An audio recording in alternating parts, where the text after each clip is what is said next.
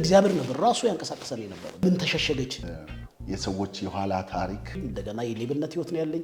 በጧት ነው ጫት እንደጀመርኩ ሙሉ ወንጌል ቤተክርስቲያን ድንገት ገባና ተለወጠ የሚል ትርጉም ሐዋርያ ነው ብላችሁ ኢየሱስስ ለምን እሷን ለብቻ አገኛት? ምክንያቱም የጎዳና ህይወት ነው ያለኝ። እርሊ ነው በጧት ነው መጣረቅ የሚጀመርኩት። ደብቀው ነው የሚቀርጹን። ሽያጭ ምግብ እያበላሁ ሰዎችን ያስተሰርይላቸዋል፣ ኃጢአታቸው ይቅር ይባልላቸዋል፣ ከእግዚአብሔር ጋር ይታረቃሉ ተብሎ ነው የሚታመነው። ለምን 7 ሰዓት ላይ ሰው በሌለበት ወደ ወንዝ ወረደ? ለምን ጠፋች? አንተ ግን ስንት ሰገድክ?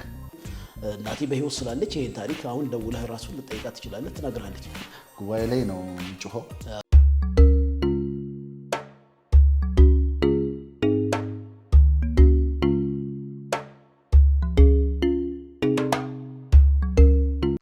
ሰላም ለእናንተ ይሁን የተወደዳችሁ ተመልካቾቻችን። ይህ በጋብስ ዓለም አቀፍ አገልግሎት እየተዘጋጀ የሚቀርብላችሁ የኔ ቀን የተሰኘው ዝግጅታችን ነው። በዛሬ የኔ ቀን ዝግጅታችን ይዘንላችሁ የምንቀርበው እንግዳ አለን። እንግዳችን ፓስተር አለማየሁ ዮሐንስ ይባላል። ዛሬ እንግዲህ ከሱ ጋራ በጣም ጥሩ የሆነ ቆይታ እናደርጋለን። ፓስተር አክብረህን ስቱዲዮአችን ድረስ ደግሞ ይህንን ቃለ መጠይቅ ለማድረግ ፈቃደኛ ስለሆንክ እግዚአብሔር ይባርክ ማለት ፈልጋለሁ።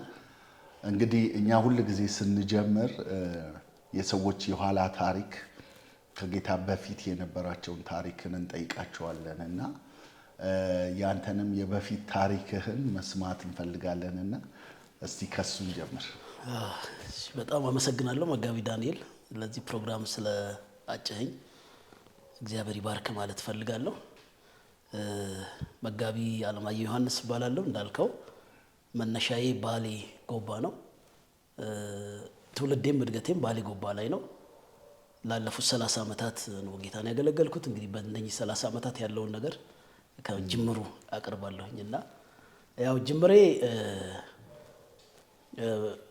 ከትንሽ ካናሳማ ቤተሰብ ወይም ደግሞ በጣም ዝቅተኛ ኑሮ ካለው ቤተሰብ የተወለድኩ ነኝ።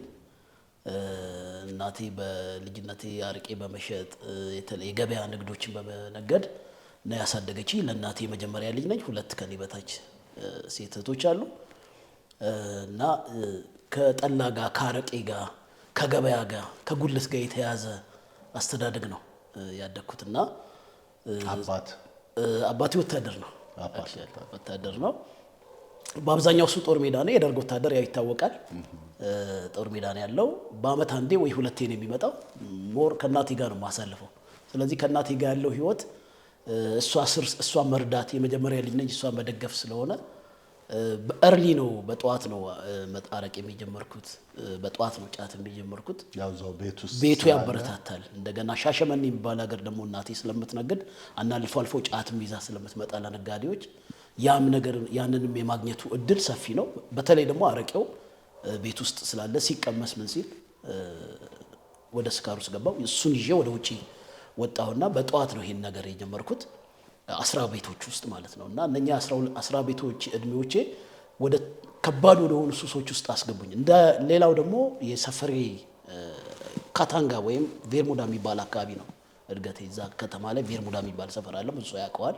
እዛ አካባቢ ላይ ስለሆነ ቀጥታ ቤት የተለማመድኩትን ነገር ይዤ ወደ ካታንጋ ወደ አረቄ ተራውን ሄድኩትና እዛ አካባቢ በጣም በትንንሽ ብር አብረሃቸው የምተኛቸው ሴቶች አሉ። ያ ጊዜ እንግዲህ 2 ብር ለዛሬ ምን ያህል እንደሆነ አላውቅም። 2 ብር 1 ሲጋራ ምናምን እየሰጠን እንደዛ አይነት ላይፍ በቃ ያ ነበርና የትምህርት ቤት ቆይታ የራሱ 6ኛ ክፍል 7ኛ ክፍል ያለሁበት ጊዜ በዚህ ውስጥ ጭምልቅልቅ ያለ ነበር እና ይሄንን ሱስ ለመፈጸም ወደ ሌብነት ነው የገባሁት። ወደ ማጅራት መችነት፣ በተለይ በማጅራት መምታት በሌብነት በእንደዚህ ከተማይ ላይ እታወቃለሁ። ከተወሰኑ ይሄንን ከሚፈጽሙ ልጆች ጋር አብሬ በዚህ ነገር ውስጥ ነበር 10 ቤቶቹን ያሳለፍኩት እና በጣም ያዘነበለው የጫት በረንዳ ሽያጭ ነበር። ጫት በረንዳ ላይ ሮብ ገበያ የሚባል ሰፈር እዛ እየሸጥኩ ባለውበት ሁኔታ ውስጥ ነው ወደ ኦርቶዶክስ ቤተክርስቲያን ያ ወቅት ባህታውያን በከፍተኛ ሁኔታ ወደ ከተማው ላይ መጡበት። እነ ባህታዊ ገብረ መስቀል እነ ባህታዊ ተስፋ ኢየሱስ የሚባሉ በ4 አቅጣጫ መጥተው ኦርቶዶክስ ቤተክርስቲያን ላይ ሙቭመንት የተነሳበት ጊዜ ነበር። ብዙ ሰው ያን ዘመን ያውቀዋል። በዛ እንቅስቃሴ ውስጥ ከጫት ተራ ኢሚዲየትሊ የከተማው ህዝብ ወደዛ እየሄደ ንስሐ ሲገባ ሲሰግድ በማስ ነበር። ከተማው ትንሽም ስለነበር በማስ ነበር ሰው የሚሄደው። እኔም የዛለት ጫቴን ተፍቼ ተግሞጥብቄ በዛ ቋንቋ ሉሉ አድርጌ ሄድኩኝ። ልክ እንደሄድን ግን የእኛን ታሪክ ነበር ሰውየው የሚናገረው። ሰይጣን ያቀብለው እግዚአብሔር ይንገረው አላቅም። ግን ጫት ቅመሽ የመጣሽ ጠጥተሽ የመጣሽ ህይወትሽ እንደዚህ ሆነ ከጋለሞታ ሴት ጋር እንደዚህ የምትሆኝ ወዮልሽ፣ ትቃጥያ የባህታውያን አገልግሎት ወዮልሽ ነው። ማዕትና ቁጣን በመናገር አስፈራርቶ ወደ ንስሐ መመለስ ነው። አሁንም ድረስ እንደዛ ነው የሚያደርጉት። ከጳጳሶቹ የተለየ ነው የነሱ እና ያንን ሲናገሩ ደነገጥኩ እና አሁን ለኃጢአታችሁ 41 ስገዱ 500 ስገዱ እየተባለ ያው መስገድ ጀመር። ያንን ነገር ትዝ ይለኛል 11 ሰዓት አካባቢ ነው ከጫተራ ወጥቼ ተፍቼ ሄጄ የሰገድኩትና እንዳጋጣሚ በማግስቱ ፍልሰታ ይገባል። አንተ ግን ስንት ሰገድክ? እኔ የፋሚሊን ሁሉ እንደገና የራሴንም በደሌን ወደ ኋላ ሁሉ ሄጄ አስታውሳለሁ። ስትራፖ በደንብ አድርጎ ይዞኝ ነው የተመለስኩት። ሰውነቴ ሁሉ በስትራፖ ተጨምድዶና በማግስቱ ፍልሰታ ጾም ይገባል። ስለዚህ በዛ ፍልሰታ ጾም ወደ ገዳም ተክለ ሃይማኖት ገዳም አለ ጎባኛ ከተማ ላይ። ወደዛ ገዳም አብራችሁ የምትገቡ ሰዎች በሩ ክፍት ነው መግባት ትችላላችሁ ሲሉ የመጀመሪያ ውሳኔ በቃ ከዚህ ጫት ከዚህ ሱስ ከዚህ መጠጥ ገባለሁ አልኩኝ። ምክንያቱም የጎዳና ህይወት ነው ያለኝ፣ እንደገና የሌብነት ህይወት ነው ያለኝ። እናቴ በህይወት ስላለች ይሄን ታሪክ አሁን ደውለህ ራሱ ልጠይቃት ትችላለህ፣ ትነግርሃለች ጌታን ስለተቀበለች እሷ። እና በሌሊት ሰርቄ የማመጣውን ማጅራ መትቼ የማመጣውን ነገር ቤት እሷ እያየች ነው ቤት የማስገባው። ፋሚሊንም በእንደዛ ላስተዳድር የምቃጣባቸው ሁኔታዎችም ነበሩ በወቅቱና ወሰንኩ ፍልሰታ አብሬ ለመግባት ከባህታዩ ጋር ወሰንኩ። በማግስቱ ወደ ተክለ ሃይማኖት ገዳም ገባን። 16 ቀን እዛ የነበረው ስግደት እና ጾም ነው፣ መስገድ ነው። 16ቱን ቀን በደልህን መናዘዝ ነው። ለመናዘዝ ደግሞ የግድ መስገድና ላበላ መሆን አለብህ። ብዙ የከተማ ወጣት ልጆች የእንቅስቃሴ ተከትልን ነው ወደ ገዳም የገባ ነው። ብዙ ከተማ ውስጥ በጫት በሲጋራ በመጠጥ የምንተዋወቅ ልጆች፣ በሌብነት የምንተዋወቅ ልጆች እዛ ተገናኝተናል። ገዳሙ ሲገባ ቤት ወይ ጎጆ ሰርተህ አሊያም ደግሞ ዋሻ ቆፍረህ ነው የምትገባው። እዛ ተክለ ሃይማኖት ያለው ልምምድ እንደዛ ነው። እኛ ጎጆ ሰርተን የገባ ነው። በወቅቱ የነበረው ማለት እንደው ምን አይነት ቦታ ላይ ዝም ብሎ ገላጣ ቦታ ጎጆ ዝም ብላችሁ ትቀልሳላችሁ ነው ወይስ? አክቹአሊ ገዳሙ ያለው ከከተማው ወጥቶ ነው 10 ኪሎ ሜትር 5 ኪሎ ሜትር ገዳሙ ስፍራው ላይ ዋሻ ነው። የዋሻና የተራራ የወንዝ ኤሪያ ነው አካባቢው። ትልልቅ ዛፎች አሉበት። በዛ ውስጥ ወይ ጎጆ ነው መሰራው ወይም ደግሞ ዋሻ ቆፍረ ነው። አሁን ድረስ ከ30 እስከ 40 እንደው ባለሳሳት የሚደርሱ ጎጆዎች ዋሻዎች አሉ። ብዙ ባህታውያን አሉ እዛ ቦታ ላይ እና እዛ እድላችን ሆነ 16ቱን ቀን ጾምን፣ ጸለይ፣ ሰገድን። እማስታውሰው እዚህ መናገር መፈልገው ማስታውሰው ልብሳችሁ እንዳትቀይሩ ተባለ ለ16 ቀን። ምክንያቱም ንስሐ ነው። ገላችሁ እንዳትታጠቡ ተባለ እና ቢጃማ ለብሼ ነው 16ቱ ቀን ያለቀው። ቢጃማ ሱሪ የመጨረሻው ቀን ላይ እንዲህ ይሄ ቀበቷችን ማረፊያ ላይ ከፍቼ እንደዚህ ሳየው ይሄ ተባይ ያው በሲጠራ ቅማል ነው የሚባለው እንደዛ ሙሉ ይርመሰመስ ነበር ልብሴ ላይ እና ሌሎቹም ወጣቶች ላይ እንደዛ ነበር። ምንድነው ይሄን የፈጠረው? ጾም ይሄ ስግደቱና ላበላ መሆኑ ሌሊቱን ሙሉ እናደርገው የነበረው የንስሐ ስርዓት ያንን አደረገና መጨረሻ ላይ 16ኛው ቀን ላይ ልብሱን ወንዝ ውስጥ ነው ጥለነው፣ ባሞ የሚባል ወንዝ አለ ገዳሙን የሚያቋርጥ እዛ ውስጥ ጥለን ነው የወጣ ነው። ከዛ በኋላ ነው እንግዲህ ከገዳም ከወጣ በኋላ ወደ ጫተራ ልመለስ፣ ወደ መጠጥ ልመለስ፣ እናቴ አሁንም ማረቄ እያወጣች ነው፣ ወደዛ ህይወት ውስጥ ልመለስ። ለኔ ውዝግብ ነበር። ግን በዛ ህይወት ውስጥ እዛ በነበረ ንስሐ በሚባለው ቆይታ ውስጥ በቃ ኃጢአት እንደተሰረየለ አስበህ ነው የምትመለሰው። ያ ድርጊት ነው ሰዎችን ያስተሰርይላቸዋል፣ ኃጢአታቸው ይቅር ይባልላቸዋል፣ ከእግዚአብሔር ጋር ይታረቃሉ ተብሎ ነው የሚታመነው። በወቅቱ የነበረው የባህታውያኖቹ ትምህርት ይሄንን ነበር የሚያስተምረው። እውነትም ወደ ሃይማኖት ስለሆነ የመጣው ወደ እምነት ስለሆነ የመጣ ነው። ከዛ ከሰለቸን ሱስ ውስጥ ለመውጣት እኔ በበኩሌ እናፍቅ ነበር። ስለዚህ ያ መንገድ ስለመሰለኝ ድጋሚ ወደ ጫተራ ላለመሄድ ያደረኩት ወዴት ነው የሄድኩት? የኛ አጥቢያ ወይም ያለውበት ከተማ ላይ አጥቢያችን መድኃኔዓለም ነው የሚባለው፣ የጳጳሱ መንበር ነው። ወደዛ ሰንበት ትምህርት ቤት ነው የሄድኩት። ሰንበት ትምህርት ቤት ሄድኩኝ፣ እዛ ገባው፣ አባል ሆንኩኝ። በወቅቱ ስም መጥራት ካስፈለገ ምናልባት ይቻላል። በወቅቱ በዛ ደብር ላይ ያስተምሩ የነበሩት አባ ኃይለ ማርያም የሚባለው አሁን ወደ ጌታ ሄደዋል። እዛ እኛ ሰው እስር ደቀ መዝሙር ሆንኩኝ። እሳቸው የማስታኮት የ11 ሰዓት ፕሮግራም ላይ የ9 ሰዓት ፕሮግራም ላይ ያስተምራሉ። እሳቸውን እየተከተልኩ በየከተማው ከእሳቸው እግር ነገር እየተከታተልኩ ውዳሴ ማርያም ማንበብ፣ እሳቸው ሲያጠምቁ የሚያጠምቁትን ሰው መያዝ ጀመርኩኝ እና ይሄ ነገር ከተማው ላይ አነጋጋሪ ሆነ። እንደዛ በሌብነት የሚታወቅ በሱስ የሚታወቅ ሰው ተመልሶ እንደገና ሃይማኖተኛ ሆነ ወደሚለው ነገር ውስጥ ገባ። እሳቸውንም የሚያመሰግን ብዙ ሰው አለ። ግን ብዙ ሰው ያልገባውና ያላወቀልኝ በወቅቱ ያንን ስርዓት ፈጸምኩ እንጂ ከውስጤ ስፔሻሊ ከጫቱ በስተቀር የመጠጡና ይሄ ሆቴል አካባቢ የማሳለፍበት ነገር ከውስጤ ሊጠፋ አልቻለም። ልዩነቱ ተደብቄ ነበር ማደርገው፣ ከእሳቸው ስር እየጠፋው ተደብቄ ነበር ማደርገው። ከዛ ባሻገር ግን እሳቸውን እግር ለእግር ስለምከተል ቅዳሴውም ጽዋ ማህበሩም እንደገና በየጊዜው ያሉት ነገሮች አያመልጡኝም። እነኚህ ነገሮች እፈጽም ነበር። በዚህ ሁኔታ ውስጥ እያለው ሰንበት ትምህርት ቤት ላይ የሚመሩ የተወሰኑ ራሳቸውን በንግድ የሚያስተዳድሩ ወንድሞች ነበሩ። እነኛ ወንድሞች ጥላሁን በልሁ የሚባሉ ሙሉጌታ የሚባሉ አሁንም በህይወት አሉ። እነኚህ ወንድሞች ሰንበት ትምህርት ቤቱን የሚመሩ የሚያገለግሉ ልጆች ንግድ እንፍጠርለት ብለው እኔን የስዕልና የመስቀል እና የመቋሚያ የጃንጥላ ንግድ እንድጀምር አደረጉኝ። ሰፈራችንም አንድ ላይ ነው። አክቹአሊ የኔ ዝቅተኛ ህይወት ስለሚያሳስባቸው በሌብነቱም ወቅት ፍርሃት ውስጥ ስለነበሩ እነሱ ወደዚህ ንግድ ውስጥ አስገቡኝ። ስለዚህ ከመርካቶ ከኡራኤል የመስቀሎች እንደገና ደግሞ የማርያም የሚካኤል የገብርኤል ስዕሎች አሁን ድረስ ያሉ እነሱ እየመጡ ለመጀመሪያ ጊዜ መድኃኔዓለም በር ላይ ከለማኞች ጎን ስፍራ ተሰጥቶኝ ያንን በሸራ ላይ ወጥሬ ግድግዳ ላይ እንደዚህ አድርጌ በሰፊው መነገድ መሸጥ ጀመርኩኝ። በዛ ራሴንም እናቴንም እህቶቼንም ማስተዳደር ጀመርኩ። ግን የኃጢአት ህይወቴ እንዳለ ነው። ወደዛ ንግድ ውስጥ ገባው። በዛ ንግድ ውስጥ ሆኜ ነው ሰንበት ትምህርት ቤት ውስጥ አባል ሆኜ የቀጠልኩት። አባል ሆኜ በዛን ወቅት አናንያ፣ አዛሪያ፣ ሚሳኤል የሚባል 3 የቡድን የመዘምራን ቡድን አለ። እዛ ቡድን ውስጥ አንደኛው ውስጥ ገባው። የሥነ ጽሑፍ ክፍል ሆንኩኝ። በዚህ ሁኔታ ውስጥ እያለሁ ሁልጊዜ ፎከስ የማደርገው ስለ ክርስቶስ ነው። እኔ የምሰራው ወይ በርባን ለምን ተፈታ፣ እንዴት ተፈታ፣ በርባን ማንን ይወክላል፣ በዛ ጨለማ ህይወት ውስጥ እነኛን ነገሮች ነበር የማቀርበው። ሳምራዊቷ ሴት ለምን ተሸሸገች፣ ለምን ጠፋች፣ ለምን 7 ሰዓት ላይ ሰው በሌለበት ወደ ወንዝ ወረደች፣ ኢየሱስስ ለምን እሷን ለብቻ አገኛት የሚሉትን ነገሮች ነበር በስነ ጽሁፍ የማቀርበው። እና እኔ ስነ ጽሁፍ ሳቀርብ ተማሪዎቹ ለመስማት በጣም ይጓጓሉ።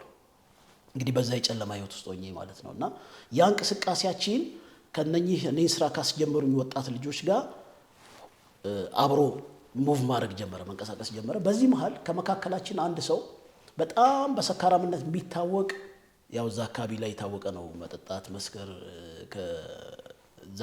ከተስካር ቤቶች ጋር የተያያዘ ነገር ስላለ ህይወት ስላለ በዛ ውስጥ የተያዘ ወጣት የሰንበት ትምህርት ቤት ልጅ ሙሉ ወንጌል ቤተክርስቲያን ድንገት ገባና ተለወጠ የሚል ታሪክ ሰንበት ትምህርት ቤታችን ላይ መጣ እና እንዴት ተለወጠ፣ ለምን ተለወጠ የሚሉ ጥያቄዎች አነጋገሩን እና እነኚህ ሰንበት ትምህርት ቤቱን የሚመሩት ልጆች ቁጭ ብለን ስብሰባ ላይ አይ ጴንጤዎቹ እኮ ከኛ የሚለያቸው ነገር ጀምረው እስኪጨርሱ የያዙት መጽሐፍ 66 ነው፣ እኛ 80 ያህሉ ነው ያለን።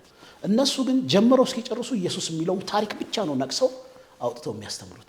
ይሄ ምናልባት ለውጧቸው ሊሆን ይችላል የሚል አንደኛው ከመካከላችን ሐሳብ አነሳ። ይሄ ነገር ከለወጠማ እኛም መጽሐፉ ከማንም በፊት እኛ ጋር ስላለ ለምን ስለ ኢየሱስ እኛ አናጠናው የሚል ታሪክ መጣ እና ሁላችንም ውስጥ እነኚህም ሰንበት ትምህርት ቤቱን የሚመሩት ልጆች የመጠጣት ነገር ምናምን አላቸው፣ ልምምድ አላቸው። ያው ሃይማኖተኛ ይምሰሉ እንጂ ተደብቀው ከመጠጥ ነገር አልወጡም። በዓላት ሲሆን አብረን ማዕድ ስንካፈል ሲጠጡ ነው የማየው እና ያ ነገር ከኔም ህይወት ላይ አልወጣም። ሌብነቱ፣ ማጀራት መምታቱ ምናምን እነኚህ ነገሮች ቀሩ እንጂ ይሄ ከሴት ጋር ያለው ዝሙት ቤት ውስጥ ያለው ሆቴል አካባቢ ተደብቆ የሚሄዱ ነገር የመጠጣቱ ነገር አብሮኛል። ስለዚህ በዚህ ነገር ውስጥ ነው ያሉት። ይሄ በጣም ጥልቅ ብሎ የገባው ወጣት ጓደኛችን ግን ተለውጦ ስናይ እዛ ገብቶ ይሄ ጥያቄ ተነሳ።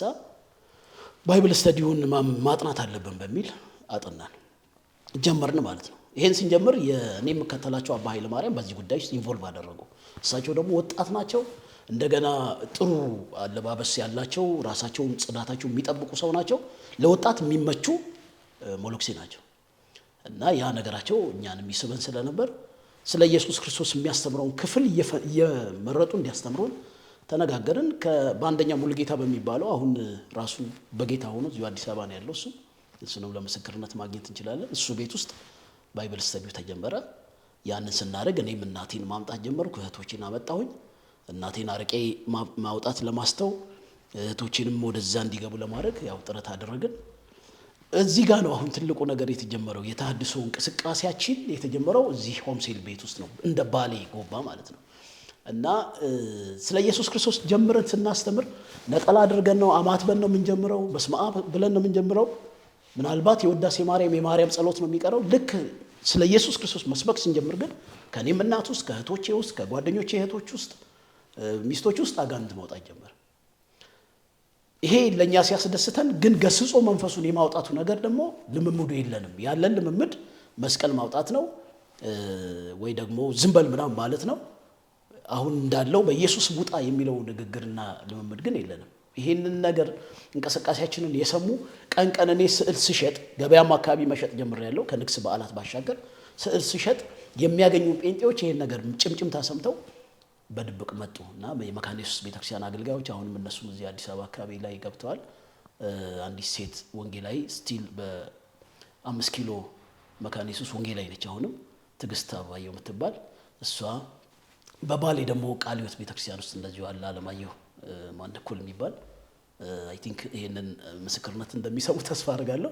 እነኚህ ወገኖች ተሰብስበው በድብቅ መጥተው አጋንንት የሚወጣው እንደዚህ ነው፣ እንደዚህ አርጉ፣ ጥሩ ነው ያላችሁበት እንቅስቃሴ በርቱ፣ እንዳትታወቁ እያሉ መንፈስ እንዴት መገሰጽ እንዳለብን ያስተምሩን ነበር።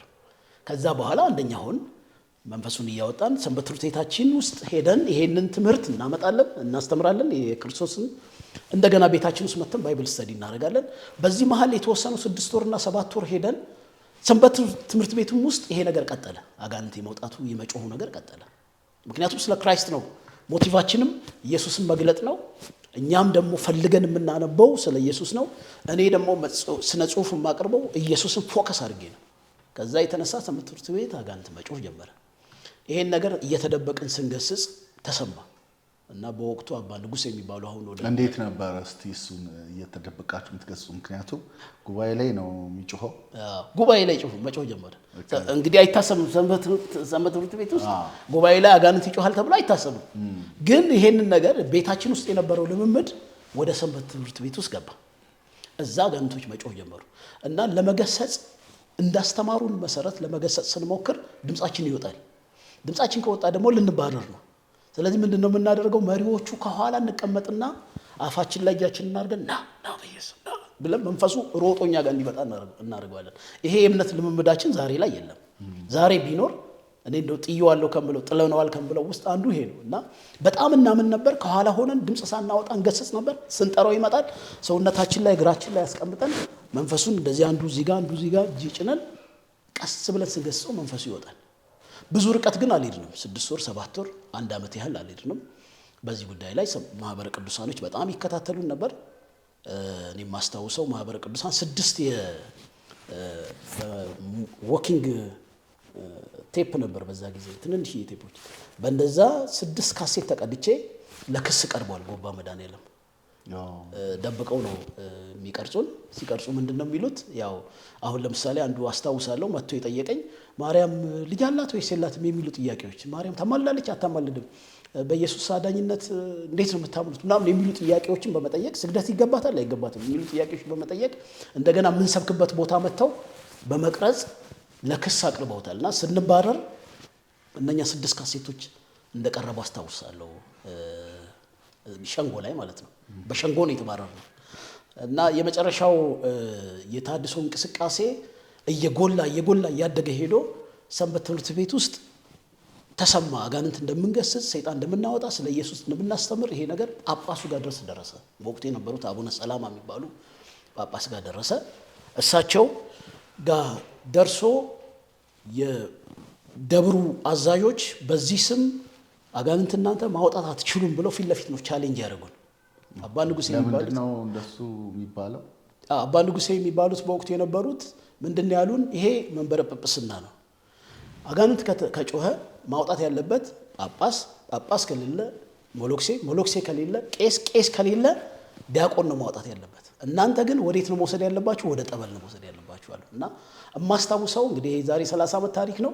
እማስታውሰው ከጓደኛችን በልሁ የሚባለው አንደኛው ጓደኛችን መጽሐፍ ገልጦ ማርቆስ ወንጌል ምዕራፍ 16 አሳያቸው። ያመኑትን እነዚህ ምልክቶች ይከተሏቸዋል። በስሜ አጋንንትን ያወጣሉ፣ የሚገድል መርዝ ቢጠጡ አይጎዳቸውም፣ እባቦችን ይይዛሉ አይነድፋቸውም የሚለውን የመጽሐፍ ቅዱስ ትምህርት አሳያቸው። መልስ ሊሰጡን አልቻሉም። አዝዣለሁ የኛ ቃለ ዓዋዲ ይሄንን አያዝም፣ የኛ መተዳደሪያ ይሄንን አያዝም፣ ስለዚህ ወደ ጠበል ነው መውሰድ ያለባችሁ አሉ። ከዛ በኋላ ዘዴ ዘየድን። ምንድነው ያደረግነው? አሁን በየሳምንቱ እሁድ አጋንንቶች እየጮሁ ስለሆነ ለሰዎች ወንጌልን ማድረስ ያ ሆም ሴል ፕሮግራማችን ላይ ያለውን የክርስቶስን ትምህርት ማስተላለፍ ስለቀጠልን የሰንበት ትምህርት ቤቱ እንቅስቃሴ በመንፈስ ቅዱስ እንቅስቃሴ ውስጥ ገባ። ስለዚህ በየጊዜው ይሄ አጋንንት የመጮህ ነገር አለ። ስለዚህ ሰዎቹ ምንድነው የምንላቸው? ቤታችሁን እንመጣለን ሂዱ እያል በየቤታቸው መሄድ ጀመር። ሳናውቀው ብዙ ቤቶች ጎዛ ከተማ ላይ ከ10 ከ15 ቤቶች በላይ በየሳምንቱ እየሄድን የምንጸልይበት የምናስተምርባቸው ቤቶች በዙ። እነኛ ቤቶች ናቸው ለተሐድሶ እንቅስቃሴ በር ከፋች የነበሩት። እግዚአብሔር ነበር ራሱ ያንቀሳቀሰን የነበረው። በነገራችን ላይ ፕሮቴስታንቶች እኛ ጋር መጥተው አይመሰክሩም። እኔ ባለሁበት ከተማ ላይ እኔ ተደባዳቢ ነኝ፣ እመታለሁ፣ እርኩስ ሐዋርያ እርጉም ሐዋርያ ነው ብላቸው ቅጽል ስማቸው ማወጣላቸው የምናገራቸው እንደዚህ እያልኩ ነው። ቀጥታ ኢየሱስ ክርስቶስ እኛ ጋር ነው የመጣው ባይነኝ ነኝ። ሰንበት ትምህርት ቤት ውስጥ መጥቶ ነው ኃይሉን የለቀቀው እና ይሄ ሙቭመንት ወደ ሆም ሴል ፕሮግራሞች መብዛት ጀመረ። ማህበረ ቅዱሳንም ይከታተለናል። ካሴት እየተቀረጽን ፎቶ እየተነሳን እንዲህ አይነት ጉባኤ ውስጥ እንዲህ አይነት ነገር ተናገሩ፣ ከጴንጤዎች ጋር ተገናኙ የሚሉ መረጃዎች እየቀረቡ በየጊዜው ክስ ነበር። 2 ዓመት ቀጠለ ይሄ ጉዳይ። ለ2 ዓመት በዚህ ጉዳይ ውስጥ ቀጠለ። በተሐድሶ እንቅስቃሴ ውስጥ 2 ዓመት አንወጣም ብለን ጎባ ስላሴ፣ ጎባ ባለወልድ ቤተክርስቲያን፣ ጎባ ገብርኤል ቤተክርስቲያን ያሉት ደብሮች በአጠቃላይ ሰንበት ትምህርት ቤቶች በዚህ እንቅስቃሴ ውስጥ ገቡ በእኛ እና ተደብቀን እናገኛቸዋለን። የምሽት ስራ ነው የምንሰራው። በምሽት እናገኛቸዋለን። ያንን የሆም ሴል ፕሮግራም ኢየሱስ ላይ ያለውን ፎከስ እናስተምራቸዋለን። ይህንን ነገር የሰሙ አዲስ አበባ አካባቢ ያሉ የከሳቴ ብርሃን የተሐድሶ እንቅስቃሴ አራማጆች ቀጥታ እኔን አገኙኝ። ወደ ሰንበት ትምህርት ቤት ውስጥ ይህንን ራእይ ያስገባል። ብዙዎቻችንን በድብቅ እያመጡ አዲስ አበባ ያሰለጥኑን ነበር ከባሌ። እነኛ የሰለጠነው ደግሞ ወደ ሮቤ፣ ወደ ጊንር፣ ወደ ሃሮ የተለያዩ ወደ መልዩ የሚባሉ ወረዳዎች መሄድ ጀመርን። ተደብቀን በየሰንበት ትምህርት ቤት ውስጥ ያው ቶሎ እንዳንገለጥ የኒቆዲሞስ አይነት አገልግሎት ማለት ነው። ተደብቀን ይህንን እንቅስቃሴ ማስፋፋት ቀጠልን። በዚህ ውስጥ ተዋናይ ሆኜ ነበርኩ። የመጀመሪያው ተዋናይ ጓደኞቼ ስላገቡ በተክሊል ስላገቡ ብዙ ፋሚሊ ሪሌሽንሺፓቸው ሰፊ ስለሆነ የመገለሉን ነገር ስለሚፈሩ ነገሩ እንዳይወጣ ጥረት ያደርጉ ነበር እና እኔ ግን የገባኝን እውነት ቶሎ ለመናገር በጣም ስለምፈጥን ቅጽል ስም አወጡልኝ። በወቅቱ ሻምፓኝ አሉኝ። ሻምፓኝ እንግዲህ ሲይዙት ወይ ሲነቀንቁት ይፈላል እና እሱ ከገባው ነገሮችን ቶሎ ስለሚያወጣ ብለው አንደኛው ጥላሁን የሚባለው አሁን ጃፓን ሀገር ነው ያለው፣ ይሄን ፕሮግራም ይከታተላል ብዬ ተስፋ አደርጋለሁ። ሻምፓኝ የሚል ቅጽል ስም አወጣልኝ። እውነትም ነገሩ እየወጣ እኔ ጋር ሲደርስ እየወጣ ሄደና አንድ ጊዜ የመጽሐፍ ቅዱስ ትንንሽ መጽሐፍ ቅዱሶች አሉ 66 መጽሐፎች ለንግድ እነሱን ከአዲስ አበባ አመጣሁኝ። ኦልሬዲ የ66ቱ መጽሐፍ ማስፋፋት የሚለው ነገር ስለገባኝ ያጥላሉብን ነበር 80 ሀዱ ነው የኛ ብለው እዛ ላይ ያለው እውነትም መስፋፋት አለበት የሚለው ነገር ስለገባኝ እኔን የሚያስነግደኝ ጥላሁን የሚባለው አሁን ጃፓን ሀገር ያለው ልጅ ከ100 በላይ ትንንሽ መጽሐፎችን አመጣ። 66 በኪስ የሚያዙ ታስታውሳቸዋል እንዳዲስ እነሱ ነገሮች እኛ ጋር የመናፍቅ ናቸው ተብሎ አይሸጥም። እጄ ላይ ተቀመጠና ፕሮቴስታንት ቸርች ሙሉ ወንጌል ቸርች ተስፋዬ ጋቢሶ የዛሬ 30 ዓመት ጎባ መጥቶ እሱ ኮንፈረንስ አዘጋጀስ የሚባለውን ነገር ሰማው። ለምን እዛ ሄጄ አልሸጠውም? ይሄን ነገር በአብዛኛው ብዙ ነገራችን ከነሱ ጋር እየተመሳሰለ ነው። ሄጄ ለምን እዛ አልሸጥም ብዬ ሳማክረው ሂድና ሽጣልኝ። ነጠላይን እንደዚሁ እንዳደረኩኝ ሄጄ ሙሉ ወንጌል ቤተክርስቲያን በር ላይ ለመጀመሪያ ጊዜ መቃወማቸውን ድንጋይ የሚወረውሩባቸውን ሰዎች ሄጄ በራቸው ላይ ስዕሌን ትቼ ነው የሄድኩት። መጽሐፎቹን ወስጄ ጥቁር መጽሐፍ ትንንሽ መጽሐፎች እኛ ጋር ሊሸጥ ያሉትን የመናፍቅ መጽሐፎች ደረደሩ። በጣም የገረመኝ ከአለፈ በኋላ ነው የገባኝ። ሰው ሁሉ እየተረባረበ እየመጣ ይገዛኝ ነበር። ካርቶን መጽሐፍ ቅዱስ ጨረስኩኝ። ለካ እዛ አክራሪ የነበረው ልጅ ሰንበት ትምህርት ቤት ላይ ያለው ኢንቮልቭ ያደርግ የነበረው ልጅ መጣ የሚለው ነገር ስለተስፋፋ እኔን ለመደገፍ ጭምር ነበር ይገዙ የነበሩ። ተነጋግረን እኔ አላውቅም እና ማስታውሰው በኩርነትን ለምን ሸጥከው የሚል መዝሙር ተስፋዬ ጋቢሶ ዘምሯል። በኩርነትን ለምን ሸጥከው። ድምፁ በጣም ያምራል፣ ዝማሬው ልብ ይነካል። ውስጥ የተቀረቀረና ቁጭ አለ። የፕሮቴስታንት መዝሙር እኔም መስማት የኛም ልጆች መስማት የጀመረው ነው ከዛ ዕለት በኋላ ነበር ማስታውሰው። እና ያንን መጽሐፍ ሸጬ ወደ እኛ ቸርች ተመለስኩኝ። ይሄም ነገር ኦልሬዲ ሰንበት ትምህርት ቤት ማህበረ ቅዱሳን ጋር ደረሰ፣ ለክስ ምክንያት ሆነ። በሳምንቱ መሰረተ ክርስቶስ ቤተክርስቲያን ኮንፈረንስ ተደረገ። እዛም ኮንፈረንስ ላይ ሂሩት መጣች። ከኛ ሰንበት ትምህርት ቤት መሪዎች መካከል እኔ አፈትልክ ሄጄ እዛ ተካፈልኩ። ፎቶ ተነስቼ ፎቶው ሰንበት ትምህርት ቤት ገባ። ሰው አነስኛ እና ሻምፓኝ የሚለው ነገር ኦልሬዲ ሆነ ማለት ነው። ነገሩ እየገነፈለ ሄደ። ለመጀመሪያ ጊዜ ሰንበት ትምህርት ቤት እኔ ታገድኩኝ። ምንም አይነት ነገር እንዳያቀርብ ተብዬ ታገድኩ። ግን ከሰንበት ትምህርት ቤት አልተለየሁም። በዚህ ሁኔታ ውስጥ እያለን የኛ የክስ ፋይሎች በጣም ስለበዙ ሰንበት ትምህርት ቤቱ ታሽጎ ተማሪዎቹ መባረር አለባቸው የሚለው ነገር በጣም ስላየለ የከተማው ህዝብ ተሰብስቦ እናት፣ አባት፣ እህት፣ ወንድሞቻችን ኦልሞስት በዛ ጊዜ ሰንበት ትምህርት ቤት ከ200 እስከ 300 የሚደርስ አባል ያለው ነው። በጣም ተስፋፍቷል። በየደብሮቹ ሁሉ ሄዷል። ይሄ የወንጌል አገልግሎት ይባረሩ የሚለው ነገር አይሎ የከተማው እናቶችና አባቶች ተጠርተው ስብሰባ ተቀምጧል እና እዛ ስብሰባ ላይ የኔ ከ6 በላይ ካሴቶች የእያንዳንዳቸው አብረውኝ ያሉ የሰንበት ትምህርት ቤት መሪዎች ጠቅላላ የክስ ፋይል ተነበበ። 18 ዋና ዋና መሪዎች ነበርን ህዝብ ፊት ፋይላችን የቀረበው በጽሁፍም በካሴትም በማስረጃም በፎቶም ማለት ነው። ከመናፍቃን ጋር ህብረት አላቸው። ቤተክርስቲያኗን ወደ ተሐድሶ እየከተቱ ነው። የሚያስፋፉት ከቤተክርስቲያኗ ትምህርት ውጪ የሆነ የክርስቶስን ትምህርት ነው የሚሉ ክሶች አንድ አዳራሽ ሙሉ ጳጳሱ በዚህ ጋር ቁጭ ብለው በወቅቱ የከተማው አስተዳዳሪ የነበረው የክፍለ ሀገሩ የባሌ ዞን አስተዳዳሪ የነበረው ሐሰን አሊ የሚባል ሰው እሱ በአንድ ወንበር ላይ ተሰጥቶት ፖሊሶች ገብተው በእንደዚህ አይነት ትልቅ ጉባኤ ይሄን የከተማው ህዝብ ሁሉ ያውቃል። ይሄ ታሪክ በዛ ጉባኤ ላይ ቁጭ ብለን ስብሰባ ነገራችን ተነቦ እስላሙ ሰው ሐሰን አሊ የሚባለው የባሌ አስተዳዳሪው ይሄን ሁሉ ነገር አድርገው እናንተ ማትፈልጓቸው ከሆነ ለምን አታባርሯቸውም የሚል ቃል ነው ካፉ ያወጣው። የሱን ትእዛዝ ተቀብለው ነው ሰንበት ትምህርት ቤቱ ከዛሬ ጀምሮ ታሽጓል ተብሎ እየተባረረ ነው እና 2 ዓመት በዛ ቤተክርስቲያን ውስጥ ይህንን የወንጌል አገልግሎት ለማስፋፋት ጎባ መድኃኔዓለም ውስጥ እድል አግኝተን ነበር። ይህን ስናደርግ ሙሉ ለሙሉ ተማሪዎቹ በዚህ ራእይ ውስጥ ያልገቡም አሉ፣ የተጠራጠሩም አሉ፣ እናት፣ አባት፣ እህት፣ ወንድም የፈሩም አሉ። ግን ኦልሞስት እስከ 100 የሚደርሱት ቆርጠው በዚህ ተሐድሶ እንቅስቃሴ ውስጥ ነበሩ። 2 ዓመት ሙሉ ስንቆይ በዛ ቤተክርስቲያን ውስጥ ልሳን እየተናገርን ራእይ እያየን የእግዚአብሔርን ቃል እያስተማርን መንፈስ ቅዱስን እየተሞላን በየደብሩ እኔ መጽሐፍ ስዕሎቹና መጽሐፎቹን ይሸጥ ነበር። ያንን ምክንያት በማድረግ የተሰደዱ ልጆችን በስውር አበላ ነበር። እንደገና ደግሞ ለወንጌሉ ማስፋፊያ ምክንያት ይሆነ ነበር እና መጨረሻ ላይ ከዚህ መታገድ በኋላ አቡነ ሰላማ የሚባሉት አሁን ወደ እግዚአብሔር ሄደዋል። እሳቸው በትልቅ ስፒከር ነው በቅዳሴ ሰዓት ላይ በመድኃኔዓለም ንግስ በዓል ላይ አለማየሁ የሚባለው ሰው እዚህ ቤተክርስቲያን በር ላይ ይዞ የሚመጣውን ስዕል እንዳትገዙ፣ ይሄን ታሪክ የከተማው ሰው ያውቃል፣ እንዳትገዙ ከመናፍቃን ዘንድ ነው እያመጣ ይሸጣ ያለው ቤተክርስቲያኗን በከላት እንዳትገዙ ተባለ እና ኦልሬዲ የመሪነቱ ነገር ከዋና ሰንበት ትምህርት ቤት መሪዎቹ አንዣቦ እኔ ጋር መጣ። እኔ ሳላውቀው መሪ ሆንኩኝ። ሳላውቀው 2 ዓመት የተሰደዱ ልጆችን በዛ የስዕል ሽያጭ ምግብ እያበላሁ ቤት ኪራይ እየከፈልኩኝ ለ2 ዓመት ለካ እግዚአብሔር ወደ መሪነት እኔን እያመጣኝ ነው። ፊት ለፊት ላይ የነበሩት አሁን ጃፓን ሀገር አለ ምለ እዚህ ሙሉጌታ የሚባል ወደ ሲኤምሲ አካባቢ አሁን ሲኤምሲ መሪ ሙሉ ወንጌል ላይ አባል ሆኖ እዛ ቀጥሏል። ያ ቤቱን ይሰጠን የነበረው እነሱ በትልልቅ የፋሚሊ ስፋቱ ስለነበሩ ስደቱ ስለፈሩ ቀጥታ ነገሩ እኔ ጋር መጣ። እግዚአብሔር ስራ መስራት ስለፈለገ ሳላውቀው መሪ ሆንኩኝ። ሰንበት ትምህርት ቤቱን የሚመሩ በጣም ብዙ ናቸው፣ ግን ደግሞ የመሪነቱ መንፈስ እኔ ጋር መጣ። ኦልሬዲ እኔ መሪ ሆንኩኝ። ሰንበት ትምህርት ቤቱ ታሽጎ ስንታገድ ተማሪ ሁሉ ተከትሉኝ የመጣው እኔ ነው። ኢሚዲየትሊ ያደረኩት ምንድነው ከተማ ውስጥ አዳራሽ ፍለጋ ነው የሄድኩት። በዛ መሃል ማህበረ ቅዱሳን ከሳቴ ብርሃን ጋር እንደዋወላለን። በዛ መሃል ናዝሬት አማኑኤል ተነስቶ ነበር እንቅስቃሴ እንደዋወላለን። ይሄ ያለ አዳራሽ ፈልገን አንዴ ሲኒማ ቤት አዳራሽ አገኘው። ጠዋት ሲኒማ ቤት አለ ይታያል፣ ከሰዓት በኋላ ነፃ ነው። የኛ ደግሞ ሰንበት ትምህርት ቤት ፕሮግራም ከሰዓት በኋላ ነው። ለምን ከሰዓት በኋላ አሰጠኝም አልኩት። በኪራይ ክፈል አለኝ።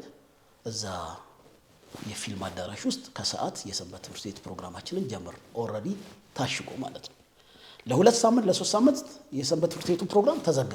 ስለዚህ እኔ ያደረኩት ምንድነው የዚህ እንቅስቃሴ አራማጅ የሆኑትን ተማሪዎች ይዞ እዛ ሲኒማ ቤት ውስጥ ጎባ ከተማ ላይ መግባት ነበር። ይሄንን እያደረኩ ያለው ምን እንቅስቃሴ ተጀመረ? እኛን ማጥላላት፣ እኛን መግፋት። ይሄው ፊልም ቤት ውስጥ ገቡ፣ ለዝሙት ነው፣ ለርኩሰት ነው፣ እንደዚህ ለማድረግ ነው የሚለው ነገር ኦልሞስት ከ200 አባላት 50ውን ወደ ኋላ ወሰደብን። መገፋት መጣ። እኛ ይሄን እንቅስቃሴ ከጀመርን በኋላ በር ላይ አስታውሳለሁ 18 የቤተ ክርስቲያን የሰንበት ትምህርት ቤት መሪዎች እኔን ጨምሮ ስማችን ተጻፈ። ንስሐ እንድትገቡ መታችሁ ከጳጳሳት እግር ስር እንድትወድቁ እና ቀኖናችሁን ወስዳችሁ እንድትመለሱ የሚል እና የተመለሱ ብዙዎች አሉ። እኔና ግን የተወሰኑ መሪዎች ሳንመለስ ተማሪውን በዛ ሲኒማ ቤት ውስጥ ይዘን ቀጠልን። የሲኒማ ቤቱ ነቀፌታ ግን በጣም ብዙ ሰዎችን ወደ ኋላ መለሰብን። በዚህ መሃል ወደ ጌታ ሄዷል። ምናልባት ልታውቁት ትችላለህ። ደጀኔ አብርሃም የሚባል ፓስተር በአርክ ሚኒስትሪ ውስጥ ያገለግል የነበረ ዋና መሪ ነበር በኢስት አፍሪካ። እዛ የጎባ ሰው ነው እና ይሄን እንቅስቃሴ እሱ ይሰማና ኢሚዲየትሊ ቤተሰቡ ጋር ሲመጣ ያገኘኛል። እንዳገኘኝ በርቱ አለ። ሌላ ራሱን የቻለ ትልቅ አዳራሽ ተከራይቶልን ወንበር አሰርቶልን ከናዝሬት አማኑኤል ጋር አገናኝቶን እሱ ተመልሶ ሄደ። ከዛ ጊዜ ጀምሮ ናዝሬት አማኑኤሎች እኛን ያዙን። አሁን መጠለያ አገኘን፣ ከለላ አገኘን፣ ከጎናችን የሚሆኑ አገኘን። ቀጥሎ ያለው ነገር ተቃውሞ ነበር፣ መገፋት ነበር እና በዛን ወቅት ላይ ብዙ የከተማው ሰው የማይረሳው አንድ ትልቅ ኮንፈረንስ ተዘጋጀ። መድኃኔዓለም የጳጳሱ መንበረ ጵጵስናው ግቢ ውስጥ ማለት ነው። የተዘጋጀው ምንድነው? ሰንበት ትምህርት ቤቱ ታሽጎ ተማሪዎች ተባረው እንደገና እንዲከፈት ለማድረግ ማጥራት አለብን የሚል ህግ ነበር የወጣው። ይሄንን ማህበረ ቅዱሳኖች ናቸው ያደረጉት ከጳጳሳዎቹ ጋር ማለት ነው። እና የ6 ሀገር ጳጳሳት ወደዛ ከተማ ለኮንፈረንስ ይመጣሉ። እና የመጡበት አንዱ ነገር ምንድነው? ቤተክርስቲያኗን ከተሐድሶች ማጥራት፣ እንደገና ደግሞ በዘመድ ባክስት ባጎት ከነኚህ ልጆች ጋር የሚገናኙትን ማስወገድ የሚለው ነገር ነው የነበረው እንቅስቃሴ። ይሄን ኮንፈረንስ ለማድረግ ወደዛ ከተማ ሲመጡ እኛ ደግሞ ጾም ጸሎት ይዘን እየጸለይን አንድ ነገር ተፈጠረ። ምንድነው የተፈጠረው? እኛ ኮንፈረንሱ ላይ እንዳንገኝና ማህበር ቤተሰቦቻችን ዘመዶቻችን ከዛ እንዲባረሩ የተዘጋጀው ትልቅ ኮንፈረንስ ከ6 በላይ ጳጳሳትን ነበር ወደዛ ከተማ እንዲመጡ የጋበዘው። በወቅቱ የሐረር የአርሲ እዚህ ደግሞ ከዋናው ሃይማኖቱን ከሚመሩት ሰዎች ኦፊስ ውስጥ ብዙዎች መጥተዋልና እኛም ጾም ጸሎት ይዘን እየጸለይን ለአብያተ ቤተክርስቲያናት ማህተም እንኳን የለንም፣ ማጥቢያ ያልወጣንም። በደብዳቤ እንደዚህ ሊደረግ ነው፣ ቤተሰቦቻችን ሊገለሉብን ነው፣ እኛም ልንባረር ነው ብለን ደብዳቤ ጻፈን። ይሄንን ጽፈን አድለን እያለ ጾም ጸሎት ተይዞ እያለ ነገሩ ወደ ሀዘን ተቀየረ። ልክ አሳሳ ከተማ ላይ ሲገቡ በዛን ወቅት የተደረገ ታሪክ ነው፣ ሚዲያ የተናገረው ነው። እነኛ ለኮንፈረንስ የመጡት ጳጳሳት በመኪና ተገልብጠው ብዙዎቹ አለቁ። የተዘጋጀው ኮንፈረንስ ለማጥራት ነበር፣ ከተማውን ከተሐድሶች ለማጥራት ነበር። ወደ ሀዘን ተቀየረ። ያው የተሰጠው ስያሜ የሰማዕታት ሞቱ። ምክንያቱም ቤተክርስቲያኗን ከተሐድሶች ለማጥራት በተደረገው ኮንፈረንስ ላይ ሰማዕት ነው የሆኑት የሚል ስብከት ነው የሰማነው። እኛ በወቅቱ ግን እግዚአብሔር እኛን አተረፈን፣ ከመገለል ከመነቀፍ ከመሰደድ አተረፈን፣ ቤተሰቦቻችን ከዛ አተረፉ ብለን እግዚአብሔር እናመሰገንን። ግን ያው መገለሉ አልቀረም፣ የወንጌል ባህሪ ስለነበር እናቴ ከዛ ሁሉ ሱስ ውስጥ ወጥታ፣ አረቄ ከማውጣት ወጥታ፣ ጠላ ከመሸጥ ወጥታ፣ የኛ ቤት በዛ በአረቄና በጠላ የሚታወቅበት ታሪክ ውስጥ ዱርዬ ሌባ፣ የከተማው ሌባ እነሱ ቤት ነው የሚገኘው ተብሎ የሚነገርበት ታሪክ ቆሞ ጠፍቶ ወደ ሃይማኖት በተመለስንበት ሰዓት ላይ ግን ልጅሽ መናፍቅ ነው ተሐድሶ ነው ተብላ ከእድርና ከማህበር ከቁም ነው የተባረረችውና ይሄን ጊዜ ከቤቱ ጠልኛለች። ከዛችን ብሶ ማለት ነው ከዛች ኑሮ ኦልሬዲ ተገለልኩና ወጣሁኝ። እሷንም በስዕል ስራ ነበር መደግፋት። ያም የስዕል ስራ ቆመ። ስለዚህ ቤተክርስቲያን ውስጥ ዘበኛም ፓስተርም ነበርኩ እኔ በወቅቱ ጅምሩ ላይ። ናዝሬት አማኑኤሎች ወደኛ መጥተው ኮንታክት ስናደርግ ዘብ እሰራለሁ፣ ማታ ቀን ፓስተር አደርጋለሁ። ኦልሞስት ለ1 ዓመት ያህል በዚህ ሁኔታ ክትትል አስተምራለሁ፣ እንጾማለን፣ እንጸልያለን፣ እዛው ደግሞ ጥበቃ አደርጋለሁ። ከዛ ደግሞ በዚህ ሁኔታ እንቅስቃሴው ቀጥላ ናዝሬቶችም ወደኛ መጡ። አሁን ደጋፊ ማገኘን። አሳሳ አካባቢ ያሉትም እነ ፓስተር መለሰው ይሳዛ አካባቢ ነበሩ። እነሱም ደግሞ እኛን አገኙን። በዚህ ሁኔታ ውስጥ ያለ አጥቢያዋ ማደግ ጀመረች። እናቴ ያላስችላላት እህቶቼን ሲሄዳችሁ እዩት እያለች እንጀራ እያስያዘች ትልካለች። አንደኛው እህቴ ስትመጣ ጋን ሲወጣላት ያቺኛዋም እንደገና በሳምንቱ ስትላክ እሷም አጋንንት ሲወጣላት ምግብ እናደርስለት ሲሉ መጥተው ክትትል ሲማሩ እናቴ ሳታውቅ ሁለቱም እህቶቼ በጌታ ሆኑ። ከዛ በኋላ የቀረችው እሷ ነች። እሷም አክቹአሊ በዛ የሆም ሴል ፕሮግራም አጋንንቱ ወጥቶላት ነበር፣ ግን ያው የሃይማኖቱ ነገር መገለሉ ነገር ስለያዛት ወደ ኋላ ብላ ነበር። የማታ ማታ እሷም ጌታን ተቀበለች። አሁን በጌታ ነው ያለችው። በዚህ ሁኔታ ውስጥ እያለን የአማኑኤል ህብረት ቤተክርስቲያን ጎባ ላይ ተመስርቶ አጥቢያ ወጥቶ ናዝሬት አማኑኤሎች መጥተው ተቀብለውን እኔ ለጢሞቴዎስ ኮሌጅ ትምህርት የዛኔ ባሌን አገልግሎት ጨርሼ ወደ አዲስ አበባ መጣሁኝ። ናዝሬት መጣሁ። ናዝሬት ጢሞቴዎስን ለ2 ዓመት ተምሬ እንደገና ተመልሼ ወደ ሮቤ ከተማ ውስጥ ገባሁ። እንግዲህ ይሄኛው ከዚህ በኋላ ያለው ጊዜ የተሐድሶ እንቅስቃሴ ውስጥ አማኑኤል ህብረት ቤተክርስቲያን ሆነን ያለውና የከፈልኳቸውን ዋጋዎች ነው መቀጥለው። በጣም ደስ ይላል። እግዚአብሔር ይባርክ። ትልቅ ነገር ነው የሰማነው። እንደገና ደግሞ እግዚአብሔርን በዛ ውስጥ ያሳለፋችሁትን ጉዞ የተሐድሶ እንቅስቃሴን ራሱ አሳየህን።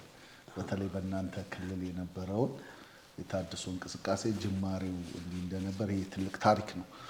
እስቲ አሁን ደግሞ ወደ አገልግሎት ከመጣ በኋላ እንግዲህ አማኑኤል ቤተክርስቲያን ውስጥ በነበርክበት ከዛ ወደ ትዳር መጣ። እነሱን ታሪኮቹን እስቲ አንሳ። እግዚአብሔር ይመስገን። ኦልሬዲ መናፍቅነት የተለየ ጴንጤ መሆን የታወቀ ፓስተር ተባልኩ።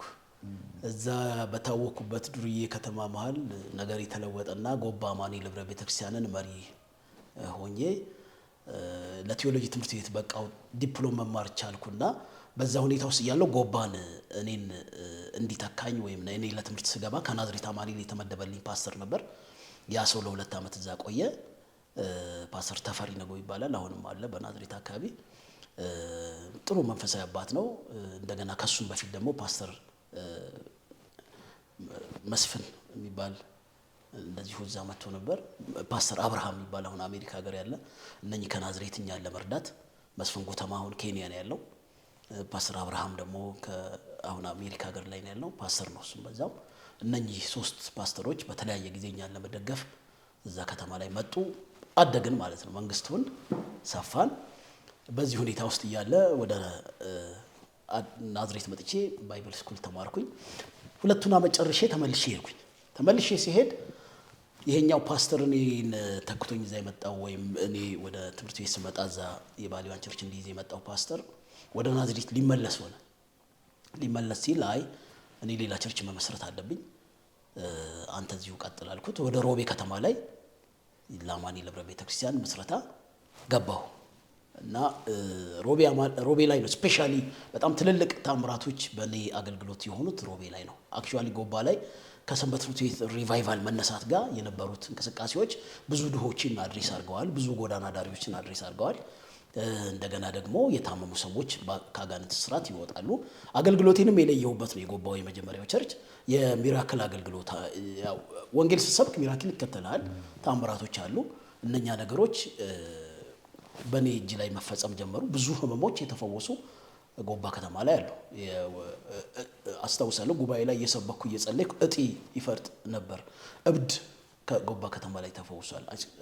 በዚህ የ30 ዓመት አገልግሎት በጎባና በሮቤ መሃል ከ6 ይሄ ከተማው የሚያውቀው ነው። አጥቢያም ላይ ስልክ ሰጥቼ ልታነጋግር ትችላለህ። ለእግዚአብሔር ክብር ስለምንናገር ማለት ነው። እነኚህ ጊዜዎች አልፈዋል። 30 ዓመት ነው። ሚዲያ ስለሌለ አልወጡም። አሁን ግን እግዚአብሔር ጊዜውን አምጥቶ የ30 ዓመት የኋላ ታሪኮች ናቸው እየወጡ ያሉት እና ለሌሎችም መነቃቃት ምክንያት ይሆናል ብዬ ተስፋ አደርጋለሁ። በዛን ወቅት እነኚህ ሚዲያ ዘዴዎች ቢኖሩ ኖሮ እነኛ ታሪኮች ብዙዎችን የበለጠ ያመጡ ነበር እና ከ6 ያላነሱ እብዶች በጎባና በሮቤ አጥቢያዎች ላይ ተፈውሰዋል። ትንንሽ በሽታዎች በጣም ብዙ አጋንንቶች በጣም በቃ እንደውም የአማኑኤል ባሌ የአማኑኤል ህብረት ቤተክርስቲያን የምትታወቀው በሪቫይቫል ነው፣ አጋንንትን በማውጣት ነው። ደዌና ህመም ማስታወሰው እኛ የምናመልክበት ኤሪያ ላይ ገና በጋሪ ወይም በባጃጅ ያን ወቅት ጋሪ ነበር ያለው፣ ባጃጅ የለም። በጋሪ ሰዎች ሲመጡ ወይም በእግር ሲመጡ ኤሪያው አካባቢ ላይ የቸርቹ ኤሪያ ላይ 30 ሜትር አካባቢ ላይ 50 ሜትር አካባቢ ላይ ይጮሁ ነበር፣ ይዟቸው ይገቡ ነበር። እንዲህ አይነት ሪቫይቫል የነበረበት ጊዜ ነው ያን ዘመን። አሁንም መልስልን የምንልበት ጊዜ ነው። ምናልባት እንግዲህ እግዚአብሔር የመጨረሻው ዘመን ላይ ያስበናል ብዬ ተስፋ አደርጋለሁ። እና ጎባ ያለኝ አገልግሎት ካለቀ በኋላ ወደ ሮቤ ነው የገባሁት። ሮቤ ስገባ ቦርሳ ይዤ አስፓልት ላይ ነበር እየመሰከርኩ ትራክት ይዤ ሄድ የነበረው። ምንም አይነት የአምልኮ ቦታ ቤተክርስቲያን የላትም ነበር። በዛ ሁኔታ ውስጥ እያለ ከዚህ ከአዲስ አበባ ይህን ሰው ባላነሳው እንደው ድካም ኃጢአት ይሆንብኛል። እዛ ከተማ ላይ ለእርሻ ኢንቨስትመንት የገባ አንድ ሰው አለ። ፓስተር ዳዊት አስፋው ይባላል። ይሄ ሰው አሁን ዶክተር ነው። ቅርብ ቀን ከኤቢሲ ከጸጋ ከግሬስ ትምህርት ቤት የዶክትሬት ትምህርቱን ወስዶ እንደውም አንደኛ ወጥቶ እዛው አስተማሪ አድርገውታል አሁን። እና የፈረንሳይ ውጭ ድርጅትን ይዞ ባለ ይመጣል። ልክ እሱ እዛ ከተማ ሲገባ እኔ ከጎባ ከናዝሬት ትምህርቴን ጨርሼ ጎባ አማኑኤል ቤተክርስቲያን ወደ ሮቤ ልካኝ ለወንጌል ስራ አስፓልት ለአስፓልት ስንከራተት ይሄ ሰው በመገለጥ ያኛል። ለካ መንፈሳዊ ሰው ነው።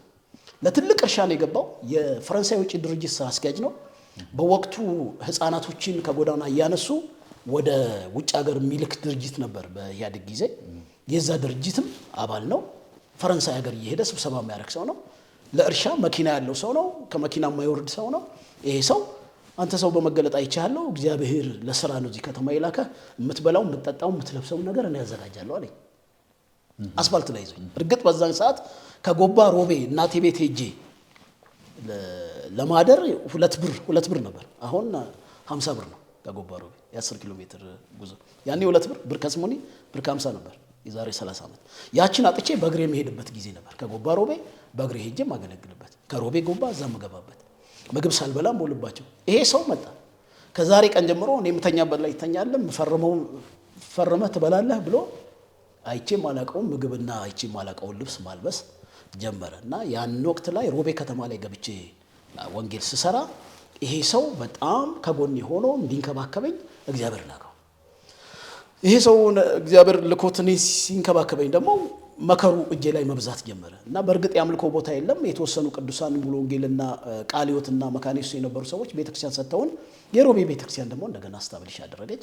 እዛ ላይ ሙቭ እያደረኩ እያለሁ እንቅስቃሴያችን ከባድ ስለነበር ፍጥነት ስላለን አብያተ ቤተክርስቲያናት ቅዱሳና የወንጌላውያን ህብረቶች እንደ ስህተት ትምህርትም እንደገና አባላትም ይወስዳሉ ከሚል የተነሳ ይገፉን ነበር። በጣም ቻሌንጅ ነበረብን።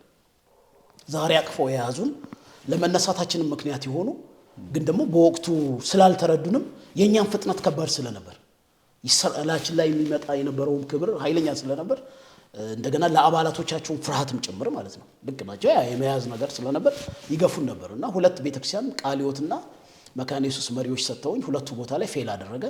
ዛፍ ስር ቁጭ ብዬ ያገለገልኩበትን ጊዜ አስታውሳለሁ። ባይዘዌ ያንተ ፕሮግራም እንደጋበስከኝ ሳውቅ ፕሮግራምህን ሳይ አንድ ወንጌላዊ አሊሻ የሚባል ሐዋርያው አሊሻ የሚባል ሰው ጋብዛል።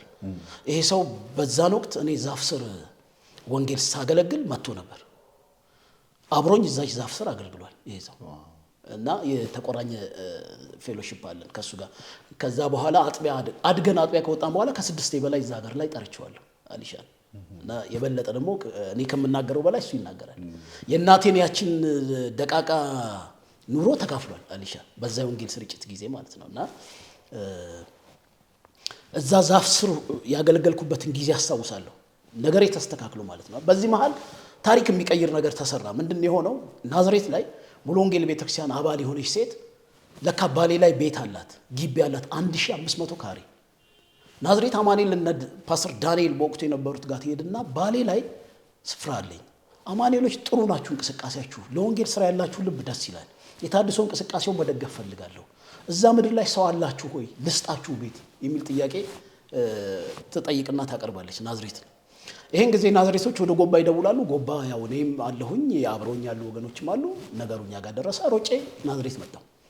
ቦታውን የኃላፊነቱን ቦታ ተቀበልኳት ከሷ። አንዳንድ ግብር የምትከፍልባቸውን ካርኔዎች ወሰድኩኝ። ሮቤ ላይ ሄጄ ቦታውን ሳይ ወጣ ያለ ቦታ ላይ ነው። 1500 ካሬ 3 ደሳሳ ቤቶች አሉት በጭቃ የተሰሩ 10 ብር ነበር የሚከራዩ 30 ብር። ስለዚህ አንደኛውን ክፍል አስለቀቀ። 10 ብሮቹን ሁለቱን ወስደ ለትራንስፖርትና ለምግብ ይሆናል። አንዱ ክፍል ውስጥ ቀጥላለች።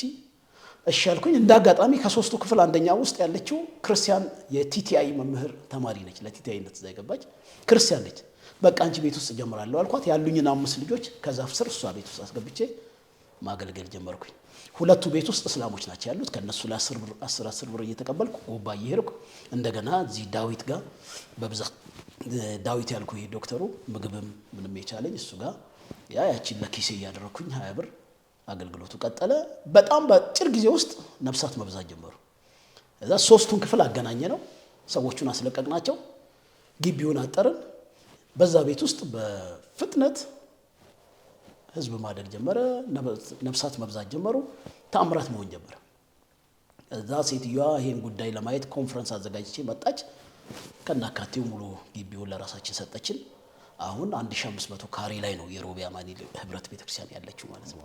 የሮቤ አማኑኤል ቤተክርስቲያን 1500 ካሬ ላይ ሆና ጎባ ላይ ያለችውን ገዝታላታለች። በወቅቱ ጎባ ያለችው ቤተክርስቲያንም እንደዚሁ ከመንግስት ሳይሆን ከባንክ የተያዘ የግለሰብ ባለሀብቶች ቤት ነበር የተከራየ ነው።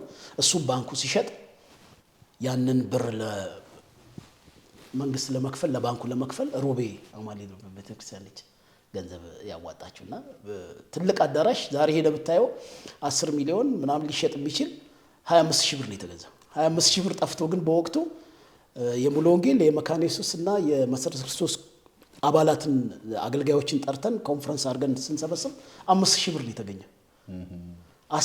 ኦልሞስት 20000 ብር ከሮቤ ቤተክርስቲያን ነው ሄዶ የተገዛው። ለዚህም ነገር አስተዋጽኦ ይሄ የፈረንሳይ ድርጅት መሪ ያልኩ ፓስተር ዳዊት ትልቅ አስተዋጽኦ አለበት፣ እጁ አለበት ማለት ነውና በወቅቱ ለኢንቨስትመንት ለእርሻ እዛ ከተማ የገቡ ሰዎችን እያስተባበረ የጎባን ቤተክርስቲያን እንድትገዛ የሮቤዋም እንድትገዛ ምክንያት ሆኗል። እና በዚህ ውስጥ ሳልናገር ማላልፈው እግዚአብሔርን መበደል የሚመስለኝ ሳልናገር ማላልፈው ሮቤ ላይና ጎባ ላይ በተነሳው ሪቫይቫል 3 ምሽት ቤቶች ተዘግተዋል። ከ3ቱ ምሽት ቤቶች አንደኛው ሮቤ ላይ ዳኒ ባር የሚባል አሁን ወደ አንተ ስመጣ ይሄ ሰው ሙሉ ለሙሉ ቤተሰቦቹን ወደ አዲስ አበባ ይዞ መጥቶ አጠገቡ ነበርኩኝ ያለሁት። ደውሎ መጠየቅ ይቻላል የሚታወቅ ማስረጃ ስለሆነ ማለት ነው። 30 ሴቶች ቤት ውስጥ በአንድ ሌሊት ይቆማሉ ለጨለማ ቤት ራቁታቸውን ሆነው ማለት ነው። ማታ 12 ሰዓት ነው የሚጀመረው ይሄ ዳኒ ባር፣ ጠዋት 12 ሰዓት ነው የሚዘጋው። የሱ አይነት 3 ሆቴሎች ጎባ ላይ 1 ሆቴል የምሽት ቤት፣ ሮቤ ላይ ከሱ ጋር 2 ሆቴል፣ አንጋፋው ግን ይሄ ዳኒ ባር የሚባለው ነው። እነኚህ 3 ሆቴሎች በሮቤ አማኑኤልና በጎባ አማኑኤል አገልግሎት እዛ ከተማ ላይ ስራ እንዳይሰሩ ተዘግተዋል። ከ3ቱ ደግሞ የ2ቱ ሆቴሎች ባለቤቶች ጌታን ተቀብለዋል። ይህን ጉዳይ ለኢትዮጵያ አማኑኤል ቤተክርስቲያን ስነ ጽሁፍ ክፍል ነግሬያቸው እንዲሰራበት ሐሳብ አቅርቤ ነበር። ያው እንግዲህ ፎከስም ስላልተሰጠው እንደገና ቢሮም ስለሌለ ሊሆን ይችላል አልተሰራበትም እንጂ ሚዲያ ቢሰራበት ብዙዎችን ሊያድን የሚችል ነው። ወንጌል በዛ ምድር ላይ ጨለማ ቤቶችን ዘግቷል። የመጨረሻው ይሄ ዳኒ ባር ምልህ በጣም ዘግናኝ ሆቴል ነው። ማንኛውም ክፋት የሚሰራበት ዛሬ ቺቺኒያና ፒያሳ አካባቢ ያሉ ምሽት ቤቶች ጨለማ ቤቶች ግራውንድ ላይ ያሉ ቤቶች የሚሰሩት ከዛ ያልተናነሰ የሚሰራበት ቤት ነው። እዛ ቤት ውስጥ ከተማው ላይ እየተነቀፍኩና እየተሰደብኩኝ ገብቼ ባለቤቶቹ ወደ ጌታ እንዲመጡ ሆቴሉ ውስጥ ያሉ ሴቶች ወደ ጌታ እንዲመጡ እግዚአብሔር ተጠቅሞብኛል ምክንያት አድርገው ማለት ነውና ወንጌላኖች ሰብክ ነበር እዛው ውስጥ እየገባው ሰብክ ነበር። ማደርገው ምንድነው ሴትዮዋ የዳኒ ባለቤት በጌታ ጠንካራ ነች እና እሱ በሌለበት ሰዓት ላይ ቀን ተጠራኛለች እዛ ሆቴል። እነሱ ልብሳቸውን እየለበሱ ሰውነታቸውን እያሰማመሩ ያሉበት ትልቅ ይሄን የሚያክል አዳራሽ ውስጥ አስገብታ ሰበካቸው ትለኛለች። ከባድ ነው። ሺሻ በዚህ እየጠጡ ነው የሚያናገሩ፣ ፊታቸውን እየቀቡ ነው የሚያናገሩ፣ ቁምጣን የለበሱት ከዚህ በላይ ባዶ ናቸው። እዛ መሃል መግባት እዛ መሃል ሆኜ ወንጌላዊውና እዚህ ዳኒ ባር ነው ያለው ስለው ፓስተር ነው ያልመጣም ነው ያለኝ ወንጌላዊ እና ከባድ ነው ለማንም ግን መጨረሻ ላይ ሰባብረ ነው ገባን። ስወጣ ከባሌ ሪፖርት አድርገናል። ኢትዮጵያ አማኑኤልም ይሄን ሪፖርት አቅርቤዋለሁ።